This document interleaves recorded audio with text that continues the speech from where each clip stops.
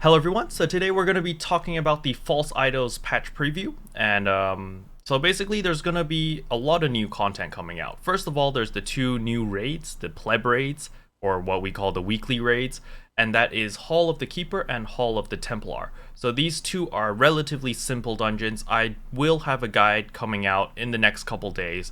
However, because it was done on the Chinese server, we had a lot of damage. So you're only going to be able to see one phase of the boss before it dies. However, I will explain the general mechanics of it. So if you don't know how to do the weeklies, you can check out my videos. They'll be out in the next 2 days after the posting of this video. Okay? So look forward for that. Other than that, there is the Fortune Falls event, which it's an old event that we've had before on the NA server, as well as the Asia servers.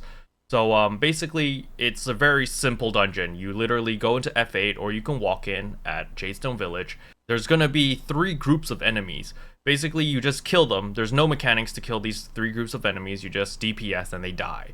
Once you kill the 3 small groups of enemies, the big boss is gonna get summoned or spawn, and you just DPS the boss.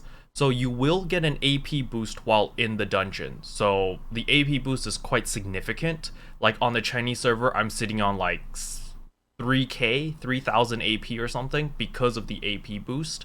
So you will get a lot of damage. However, you need to CC the boss when there's CC bars open.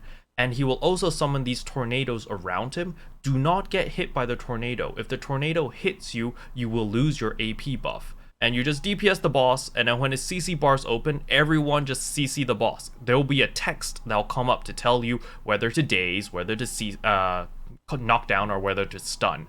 But most people just spec stun, and we just stun the boss. And that is the mechanic for that dungeon, for Fortune Falls. The moment you kill the boss, he's going to guarantee drop a fishing hook. And so you can use this fishing hook and go to Jadestone, and there's going to be 3 separate locations where you can fish. So you literally just go to the location, use the fishing rod or the net by pressing F on them. However, keep in mind that the moment you use your hook, have your fingers resting on your F key and your Y key, because the moment the items pop up, it's only going to pop up for 5 seconds. If you don't pick up the item within 5 seconds, you will lose the item. You will not get the item, and it will waste your hook. I don't know why NCSoft did this, but you know, Jonathan did say it was some system problem that they have, and there was no workaround for it. So unfortunately, you know, for people like me, for high ping players, the moment you press F, just start smashing your F key and your Y key at the same time, and then get the item easier that way, alright? Because it would really suck if you lost a Sacred Oil because of that. So other than that, let's see. In order to use the fishing hook, though, you will need to purchase a costume from the Dragon Express. It's called the Master Troller outfit. I'll put a picture somewhere here, but it basically looks like Naxxon's outfit. It's exactly the same look as Naxxon outfit. So what can you get with the fishing hooks? You're guaranteed to get 2 fleeting angler oils. It's basically the event currency, and you can use them to get a bunch of rewards. However, the main attraction for this entire event is to upgrade your pet aura. Unless you already have a brilliant pet aura, such as the Furious, the Gusty, or the Loyal Awakened pet aura, you will want to get it during this event. They made a lot of changes on this event to make it a lot better. So previously, if you are an older player who's been around for the past 3 or 4 months, you would have played the Fleeting Soul event. So the Fleeting Soul event was really RNG based, and a lot of people hated it because, you know, it was really hard to get your soul. So they changed it now in this event. Basically, you're going to get 50 of this Fleeting Angler Oil for the last stage. From stage 5 to stage 6, you're going to cost 50 of these oils, and then it's guaranteed to get your permanent pet aura, or your brilliant pet aura. But yeah, it's gonna be good. It's gonna be really good, guys. So obviously, when you use the fishing hook, there are other goodies that you can get. So there are sacred oils, there are divine greystones, there's gonna be legendary jewels, legendary elements. The celestial heart is now upgradable, so we can upgrade the celestial heart that you get at Celestial Basin for 2,500 peaches. Now it can be upgraded to a ultimate Hong Moon heart. So here are the costs, which I will put up here. As you can see over here, it will cost 20 Void Fragments, 135 Ransu Orbs, 1,625 Soulstone Crystals, 445 Moonstone Crystals, 1,180 Sacred Crystals, 294 Elysian Crystals, and 245 gold to max it out. However, this DPS boost is extremely nice because of the effects it has, because it does stack. So that's very nice. So I'll show you the max stats of the ultimate Hommu Heart over here. So they finally listened to the community. They've always really listened to the community, to be perfectly honest. But they're now upgrading the daily challenge and the daily reward chest. So they're putting in tradable materials such as Moonstones and Elysian Orbs into your daily challenge. However, they are reducing the weekly rewards for these. So you used to get 3 to 5 of each material guaranteed every time you did your weekly. However, now they're changing it so that you get a couple by doing your daily. I think you get like 1 to 2 or doing your daily or something. And on the weekly, you're only going to get like 1 to 3. I think that's what they changed. But anyway, either way, this is a great change because, you know, we need the tradable materials in order to craft some of the things, especially for the newer players who are not at the Raven weapon yet, or even if they're upgrading their Raven weapons, you know, you need your tradable materials to make your premium transformation stones. You need these materials to make your Empyrean stones, etc. So this is a great change. Another good thing that they added was now you can also, it's guaranteed that you get 5 gold every time you do your daily challenge. So good job, NC West. Nice change, very good. Additionally, you can now get the extra soul badges with solar energy. So for example, the ones with the glory tokens, I think it was glory, sagewood, and something. You couldn't get them before. You had to purchase the tokens and actually, you know, go to the merchant in Mushin's Tower to get them. Now you can just buy them with solar energy. So that's also a good change because I need my sagewood on my summoner. And obsidians, this is the biggest change. So obsidian, square obsidians are now transmutable to penta obsidians. So you're gonna use 3 squares to make 1 penta. Then with this penta, you can get another 3 pentas and make to a hexa. And then after you get the 3 hexas, you can get the hepta, 3 heptas into the octa. So this is a really good change, especially for me, because I'm sitting on like 800 solar energy because I never use them. And now I can use this to get a octa. Well, I don't have enough for an octa. I think you need 1080 to get an octa. But I will be able to at least get a hepta on my summoner, on my earth summoner. And also they've added a new pet tier, basically the alpha. So if you watch my previous video about me showcasing all the new stuff on the Chenny server, you're able to get that stuff now as well. So your pet aura can go all the way to the alpha stages, which is like the red glowy looking one. I will show the stats right here. Boop. And then also because they released the new Unleashed Alpha stage, so all of the costs from Pet Aura Stage 10 to Unleashed Ultimate have been reduced drastically. So it's very good, lots of incentive to upgrade your Pet Aura now. Draken accessories no longer have any achievement requirements and now need 100 Draken cores to purchase. This is extremely good change. It used to cost 150 to buy these 150 Draken cores in order to buy your bracelet, in order to buy your necklace, in order to buy your bloody blah. And then when you did the Dead Refuse to Die, you know, it only gave you 200 Draken cores or 300 Draken cores or something like that. So basically you had to like nitpick and buy what you wanted. But the main thing about this that they're removing is you don't need the achievement anymore. In order to buy anything below your bracelet, you needed to do 10 runs of each dungeon. So 10 runs of Desolate Tomb, 10 runs of Naru Sanctum, and 10 runs of what was that dungeon called? Naru Foundry. So now you don't need to run these dungeons anymore. As long as you have the 300 Draken cores, you can buy all 3 accessories just like that. So this is extremely useful for your alts, especially if you're trying to gear up an alt in order to generate more money or more revenue for your main character. Now you can just pop on your alt, send over the 300 Draken cores, immediately get your bracelet, immediately get your necklace and your belt, and boom, you're ready to do, you know, slightly harder dungeons. So that is really good change. I quite like this. The biggest change is the Hellion accessories. They've reduced the requirement, the kill requirement, from 100 kills to 10 kills. So this includes Ebon Drake Lair, which gives you the ring, Starstone Mines, which gives you the earring, Hollow's Heart, which gives you the gloves, Drowning Deeps, which gives you the belt, Ransack Treasury, which gives you the necklace, and Sandstorm Temple, which gives you the bracelet. In these 6 dungeons before, you needed the 100 kill achievement in order to purchase it from the achievement merchant. However, not anymore. With the new patch rolling out, you will only need 10 kills instead of 100. So this is a really big change, especially for a lot of players who are stuck because, you know, they can't find a party to run the dungeon that many times, or they're burnt out of the game, or they, you know, they're just tired of running the same dungeon over and over. So now you only need 10 runs, which is extremely good. Good change. Nice.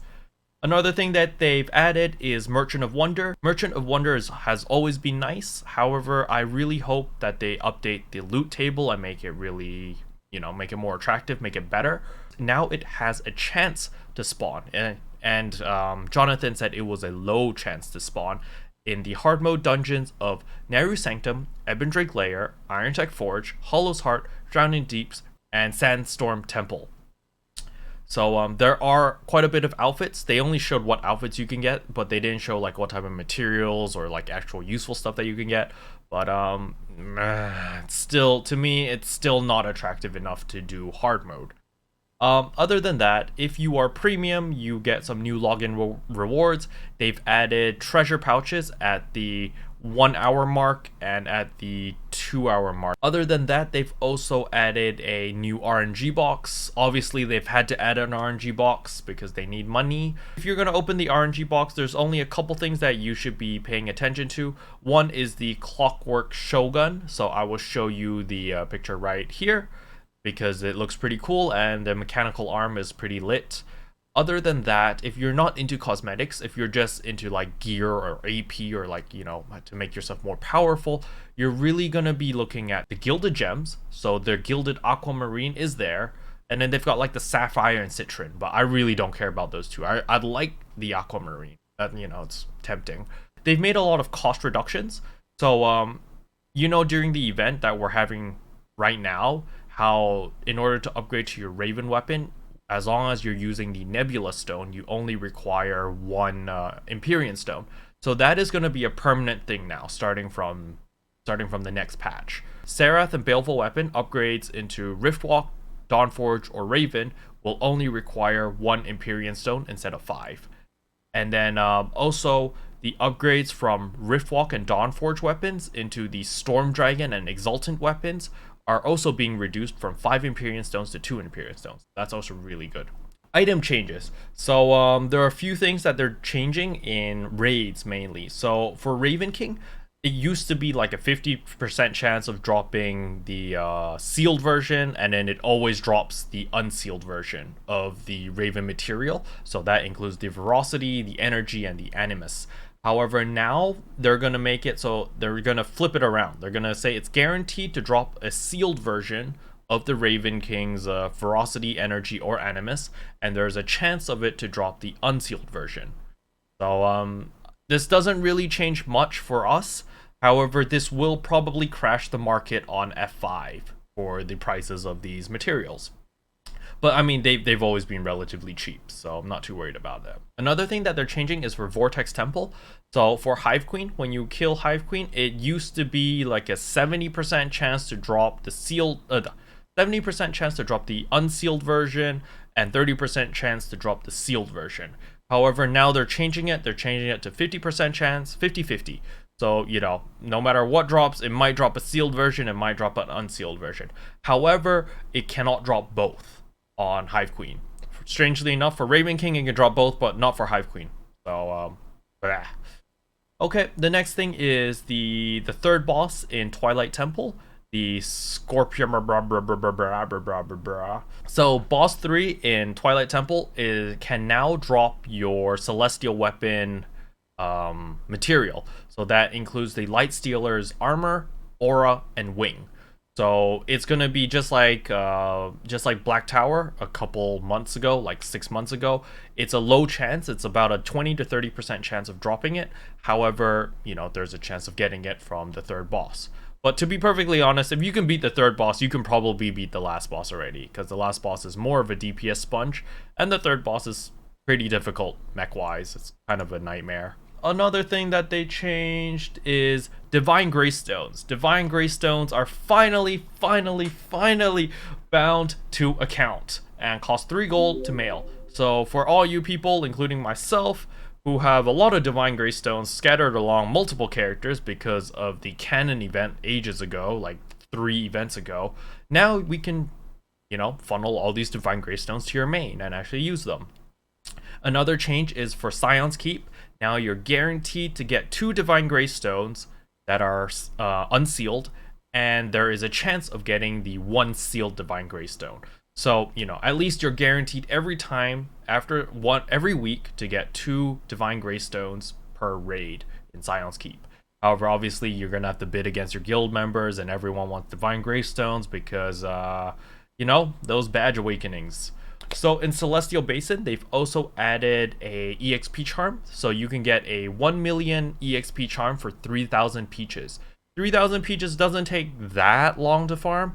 I think Evil Doers Harm did a whole analysis on this. I think it takes about an hour to get 3,000 peaches. So 1 million EXP per hour is pretty decent, to be honest. So if you are below Hong Moon 12, you could use this on your downtime when you have nothing else to do, or you're just bored, to get up your Hong Moon levels. However, these charms can only be used up to Hong Moon level 12. So if you're like me and you're too lazy to farm for peaches, you can also use solar energy to get these EXP charms. So it's 5 solar energy for 1 million EXP, and I will probably go this route to get all my characters to Hong Moon 12. Because I have an abundance of solar energy across multiple characters. I do not know if the EXP charm is bound on account, is bound on character or not. However, I will assume that it is bound on character, or else it would be a little bit OP, I guess. As I mentioned before, now that you can get your soul badges, like the ones that you had to use the tokens before, so now you can actually get your Courage, Illuvium, Glory, and Sagewood soul badges for 125 solar energy. So that's really good change. Another thing, you can get Sea Glass for 10 solar energy. Great change. You get Aranzu ores for 10 solar energy. Really awesome. Blood Pearls for 20 solar energy.